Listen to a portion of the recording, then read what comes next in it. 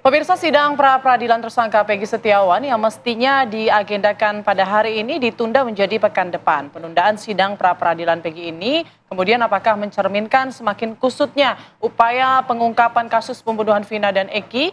Dan untuk membincangkan hal ini sudah bersama kami pakar hukum pidana Ganjar Laksmana dan juga selamat siang Pak Ganjar. Selamat siang. Dan juga sudah bergabung secara virtual kuasa hukum terpidana kasus Vina, Jutek Bongso, serta kuasa hukum dari keluarga Vina, Putri Maya Rumanti. Baik, mungkin saya mau ke Pak Ganjar terlebih dahulu. Ini kan adalah salah satu upaya yang dilakukan oleh kuasa hukum Peggy Setiawan untuk menggugurkan status tersangkanya. Tapi apakah pra-peradilan ini memang bisa menggugurkan status tersangka? Ya begini, dulu awalnya waktu hukum acara pidana Undang-Undang Nomor 8 Tahun 81 itu dibuat, pra-peradilan itu hanya menyangkut 4 hal saja. Sah tidaknya penangkapan, penahanan, lalu sah tidaknya penghentian penyidikan dan penghentian penuntutan. Nah, lalu pasca kasus KPK mentersangkakan Pak Jenderal Budi Gunawan waktu itu, lalu kan ada gugatan ke Mahkamah Konstitusi, lalu objeknya diperluas. Ya, salah satunya adalah sah tidaknya penetapan tersangka. Gitu. Jadi memang sekarang sah tidaknya penetapan tersangka menjadi objek pra-peradilan. Jadi kalau misalnya dalam kasus ini pihak tersangka mengajukan pra-peradilan, memang itu hal yang dibenarkan secara hukum. Tinggal kita harus melihat sebetulnya proses pra-peradilan itu proses apa sih? Gitu. Dia hanya proses yang menguji sah tidaknya tindakan penegak hukum, penangkapan, penahanan, penghentian penyidikan, penuntutan, termasuk juga penetapan tersangka, ya, dan ada beberapa lagi. Nah, sah tidaknya itu semata-mata adalah formalitas, ya. Jadi bukan sah tidaknya secara material. Karena kalau secara material itu nanti di pokok perkara, gitu. Jadi misalnya begini, apa sih untuk bisa penegak hukum menetapkan tersangka punya alat bukti? Alat bukti kan ada 5. Misalnya alat bukti saksi. Apakah punya alat bukti saksi? Ada, kami pernah memeriksa saksi lebih dari 2 orang, mungkin 10, mungkin 20. Apakah secara substansi keterangan para saksi itu betul-betul secara material membuktikan bahwa si X adalah pelaku, itu nanti di pokok perkara. Gitu. Jadi cuma harus membuktikan bahwa kami pernah memeriksa saksi. Alat bukti surat, dari mana punya alat bukti surat? Kami pernah menggeledah dan ada surat yang pernah kami sita. Itu cukup, gitu ya, sah. Cara menggeledahnya sah, cara menyitanya sah, udah cukup. Bahwa isi surat menggambarkan suatu tindak pidana atau bukan, menggambarkan seseorang sebagai pelakunya atau bukan, itu urusan lain. Gitu. Jadi pra-peradilan itu memang cuma menguji keabsahan tindakan penegak hukum. Kenapa diuji keabsahannya? Supaya penegak hukum setidaknya tidak semena-mena menetapkan orang tersangka. Ada proses, jadi setidaknya gini, secara hukum proses harus benar. Gitu.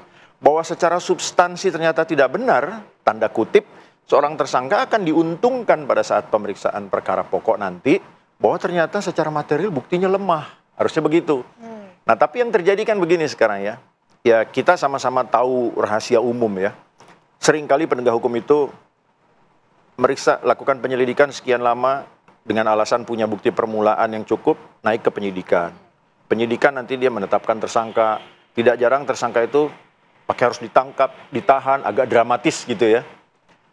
Nah, yang dikhawatirkan orang kan itu. Jadi kesewenangannya bukan sekedar menetapkan tersangka, tetapi juga pada waktu menangkap, pada waktu melakukan penahanan, itu khawatir ada kesewenangan. Gitu. Maka hukum memfasilitasi ya satu cara untuk melawan kesewenangan tadi itu, yaitu dengan cara menguji keabsahan beberapa tindakan penegak hukum lewat yang namanya pra-peradilan. Oke, Gitu. Pak, ini yang menarik adalah bagaimana Anda kemudian melihat pra-peradilan Peggy saat ini. Karena kan kalau kita ketahui memang dari kuasa hukum ini sudah memiliki bukti seperti identitas, kemudian juga memiliki saksi yang memang mengetahui di mana waktu itu Peggy berada ketika kejadian tersebut terjadi.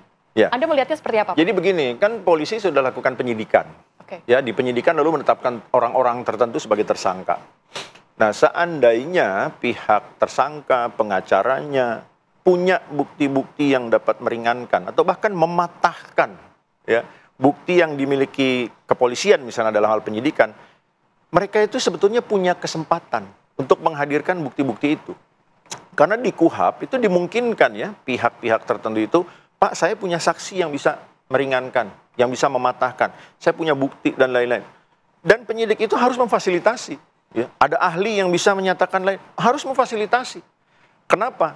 Ya supaya nanti proses penuntutan dan pembuktian di pengadilan juga tidak sia-sia. Gitu ya. Ada orang punya bukti kuat untuk mematahkan dalil penyidik, kok ditunda-tunda. Gitu. Nanti kan celakanya ketika di pengadilan, ternyata bukti lawannya ini ternyata kuat, patah. Kan jadi konyol penyidikan dan penuntutannya. Ya betul. Gitu. Mungkin saya mau ke Pak Jutek Bauso terlebih dahulu. Pak, kalau melihat dari agenda pra-peradilan hari ini yang kemudian diundur karena pihak termohon kemudian ini belum menghadiri begitu ya undangan dari persidangan pra-peradilan ini, Anda sebagai kuasa hukum dari para terpidana bagaimana melihatnya? Baik Mbak Putri, selamat siang para pemirsa yang saya hormati. Tentu kami sangat sayangkan ya karena keberadaan klien kami yang terpidana yang sedang mendekam di dalam LP sekarang itu juga sangat berpengaruh kami menghadirkan bukti-bukti baru novum ya untuk KPK ya peninjauan kembali. Sebagaimana kita ketahui, kami selaku kuasa dari terpidana saat ini sedang berusaha mengumpulkan bukti-bukti baru. Banyak hal yang kami temukan, ya antara lain yang berhubungan dengan PG ini, Mbak Putri, ya. Misalnya, ya dari saksi-saksi yang dihadirkan atau tersangka yang telah diperiksa. Kami melihat hanya Teguh dengan Sarifudin ya, Ahmad Sarifudin saksi yang mengaku mengenal ya. Itu Teguh itu adalah teman dari SD, satu sekolah SD dengan Peggy pengakuannya. Dan ketika di BAP minggu lalu terkait dengan peristiwa ini diperlihatkan foto Peggy, klien kami ini mengatakan sudah agak ragu karena terakhir dia ketemu waktu di SD. Kemudian Ahmad Sarifudin ya itu adalah juga teman se-RT ya, satu kampungnya beda RW ya. Yang lain tersangka yang lain tidak kenal. Ya, ini sungguh aneh buat kami ya ketika 8 tahun lalu diputus ya tentang pasal 340. Tentu ini menjadi pertanyaan yang sangat mendasar buat kita. Pembunuhan berencana, tentu ada waktu mereka berkumpul dan merencanakan. Kan gitu kan, bersama-sama 11 orang di dalam dakwaannya dan di dalam pertimbangan putusannya. 8 sudah dihukum, 3 DPO. Yang DPO itu 1 berhasil ditanggap atas nama Setiawan, Peggy Setiawan. Yang 2, yang buron dinyatakan fiktif. Ini pertanyaannya menjadi aneh buat kami karena didakwa bersama-sama. Peran dari 11 orang ini diuraikan secara jelas di dakwaan dan di pertimbangan putusan. Yang dinyatakan fiktif dan itu 2 orang itu ya itu mempunyai peran membawa memindahkan tubuh gitu kan korban ke flyover gitu kan. Bahkan didakwa Andi juga ya, Andi itu bahkan didakwa untuk didakwa memperkosa. Jadi Andi dan Handi ini ya kan mempunyai peran yang signifikan yang dinyatakan fiktif ya kan, yang membawa jenazahnya lalu tuduh menusuk, dituduh memperkosa. Kalau itu dinyatakan fiktif, maka cerita ini kan perlu kita pertanyakan kembali, ya kan? Termasuk Peggy ini juga antara klien kami yang terpidana itu semua hampir ini yang sekarang ditahan itu mengaku tidak kenal kecuali Ahmad Sarifudin dengan Teguh tadi, gitu kan? Jadi ini sungguh aneh buat kami kapan mereka merencanakannya dan motifnya ya. Ini juga kita harus menstrianya ini kan harus kita pertanyakan gitu kan di dalam tindak pidana pembunuhan 340 ini pasal 340. Demikian Mbak Putri. Oke, kami akan beralih ke Mbak Putri. Mbak Putri, ini kalau kita lihat memang hari ini termohon tidak hadir ke dalam sidang pra-peradilan dari Peggy Setiawan. Bagaimana kemudian tanggapan dari kuasa hukum dan juga keluarga Vina? Tapi ditahan dulu, akan dijawab sesaat lagi usai jeda. Pemirsa, apa kabar Indonesia Siang masih akan kembali untuk Anda. Ya, kita kembali ke Apa Kabar Indonesia Siang, pemirsa. Ini sidang pra-peradilan tersangka Peggy Setiawan yang mestinya ini harus dilakukan hari ini memang harus ditunda menjadi 1 Juli minggu depan, dilanjutkan 1 Juli. Tapi kita akan lanjutkan dialog kita. Tadi ada pertanyaan yang menggantung yang saya tanyakan kepada Mbak Putri, ini kuasa hukum dari Vina. Mbak Putri, tadi pertanyaan saya adalah kalau Anda melihatnya saat ini seperti apa? Karena sidang pra-peradilan seharusnya berlangsung hari ini dan dihadirkan oleh termohon. Dan hari ini termohon yakni Polda Jawa Barat tidak menghadiri. Bagaimana Anda melihatnya, Mbak Putri? Ya, baik Mbak. Terima kasih. Selamat siang semuanya. Selamat siang Pak siapa? Kuasa hukum dari Peggy dan praktisi hukum. Selamat siang semuanya. Jadi kami selaku kuasa hukum Vina, Mbak, melihat saat ini ketika Polda Jabar tidak bisa menghadiri, tentunya juga kami bertanya-tanya ada apa.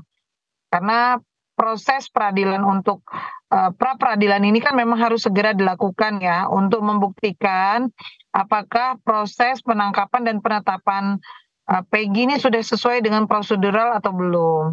Tentunya kami juga bertanya-tanya begitu, dan saya belum sempat mengklarifikasi juga sih Mbak, begitu. Baik, Mbak Putri, ini juga ada atensi dari Kapolri yang mengatakan ataupun memerintahkan agar pihak kepolisian ini bekerja secara transparan begitu dan menggunakan scientific crime investigation untuk mengungkap kasus ini terang benderang. Apakah ini menjadi angin segar mungkin untuk pihak keluarga karena mendapat dukungan dari Kapolri?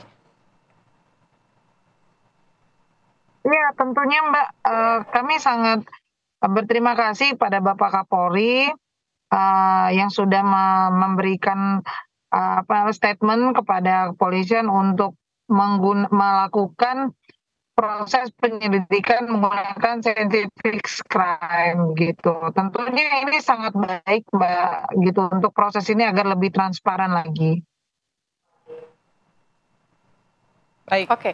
Pak Ganjar, ini kita kembali ke Pak Ganjar. Pak Ganjar, kalau Pak Ganjar melihat kasus Vina ini kan begitu rumit ya, ini sudah 8 tahun silam, terjadi 2016. Bahkan yang menjadi atensi Kapolri juga mengenai scientific crime investigation tadi yang harus ya dilakukan pada tahun 2016, ini tidak dilakukan. Anda melihatnya seperti apa nih Pak? Begini, jadi ini kan bukan peristiwa pertama ya. Oke. Perkara terkatung-katung ya pengungkapannya.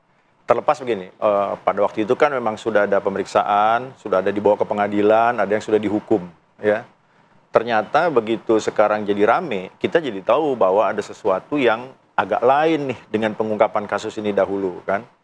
Nah, maka ketika sekarang publik mendesak supaya pengungkapan dilakukan dengan benar dan tuntas, pihak kepolisian jadi serba susah, ya. Peristiwa sudah lama. Banyak bukti penting jangan-jangan sudah hilang atau bahkan dihilangkan.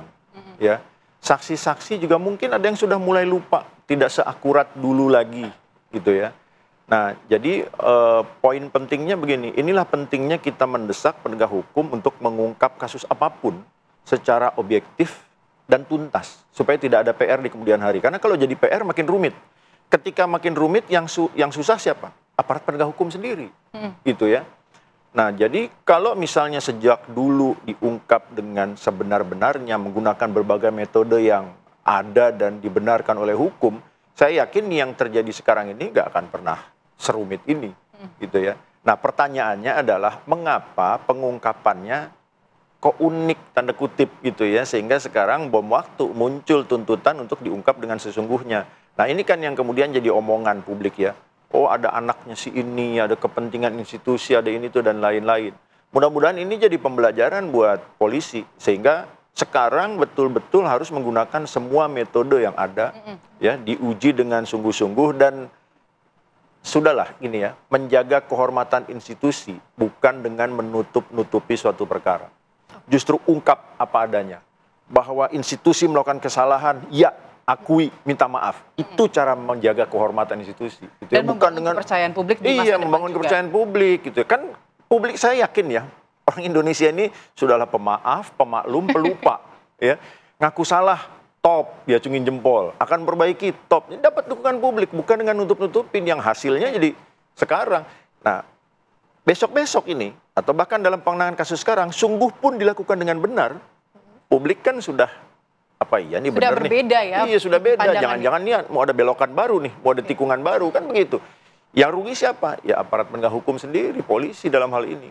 Gitu. Oke, saya mau kembali ke Pak Jutek. Pak Jutek, tadi kan disampaikan ada sejumlah saksi yang tidak mengenal Peggy Setiawan. Bagaimana dengan para terpidana? Apakah mereka mengenal atau justru juga sama tidak mengenal Peggy Setiawan ini?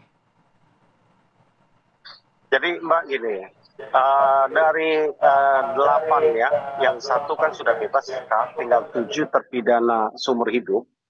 Dari 7 seumur hidup itu, 6 itu adalah klien kami. Sudah menaikkan kuasa kepada kami dari Pradi, ya, untuk mendampingi dan mengajukan PK. Jadi kami sedang mengumpulkan bukti. Dari 6 terpidana seumur hidup ini, hanya 1 yang mengaku mengenal Peggy, yaitu dari 7 ya, Sudirman. Sedangkan 6 yang sudah menaikkan kuasa ke kami, itu 6-6-nya mengatakan tidak pernah kenal dan tidak pernah tahu siapa itu Peggy. Kan gitu. Hanya di Sudirman. Sudirman sendiri terpidana, orang tuanya sudah datang ke kami sudah pegang kuasa dari orang tuanya, keluarganya, tapi sampai hari ini kami belum berhasil mengunjungi Sudirman, oleh karena statusnya sedang di BON, tidak ada di lapas, ada di bawah BON Polda. Ini juga sedang kami pertanyakan, gitu kan.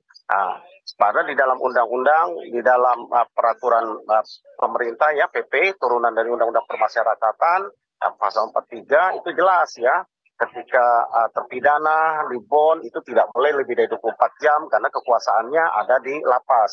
Ini informasinya sudah di BON dari tanggal 25 Mei sampai hari ini, gitu kan. Ini juga kami sedang berusaha untuk secara formil menanyakan hal ini kepada pihak kepolisian, oleh karena kami juga mendapatkan kuasa untuk hal ini.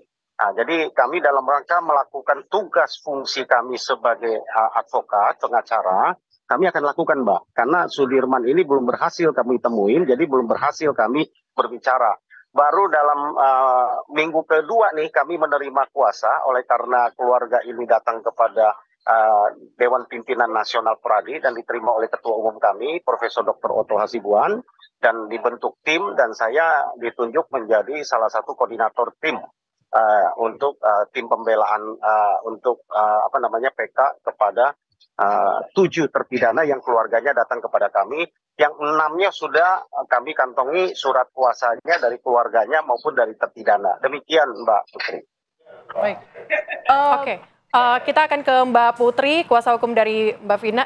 Ini Mbak Putri, kalau misalnya Anda lihat saat ini kasus dari Vina dan Eki ini kan semakin kusut, semakin banyak, kemudian juga yang perlu untuk ditransparansi kemudian. Apa tindakan yang dilakukan atau langkah yang dilakukan oleh kuasa hukum saat ini untuk membongkar terang kasus ini? Ya Mbak, seperti yang sudah disampaikan oleh Pak Hotman kemarin, kami tetap mencari bukti-bukti baru yang berkaitan dengan kasus ini. Dan tentunya kami berharap sekali bisa didengar oleh Bapak Presiden untuk membuat tim pencari fakta gitu. Jadi agar kasus ini benar-benar terbuka dan tidak ada lagi asumsi bahwa ada pelaku yang salah tangkap dan lain sebagainya. Karena kami di sini sangat sekali mohon kepada Bapak Presiden untuk bisa membantu mengungkap kasus ini, agar juga kalau memang Peggy ini bukan pelaku sebenarnya, mohon juga untuk bisa dilepaskan begitu Mbak. Jadi tetap kami berkoordinasi dengan berbagai pihak untuk mencari bukti-bukti baru, apakah memang ada keterkaitan pihak lain dalam hal ini, begitu Mbak. Oke, baik. Terima kasih banyak informasinya Mbak Putri Mayarumanti, Pak Jutek Wongso, dan juga Pak Ganjar telah bergabung dan berbagi informasi di Apa Kabar Indonesia Siang. Kami juga masih akan hadirkan informasi menarik lainnya. Tetaplah bersama kami di Apa Kabar Indonesia Siang.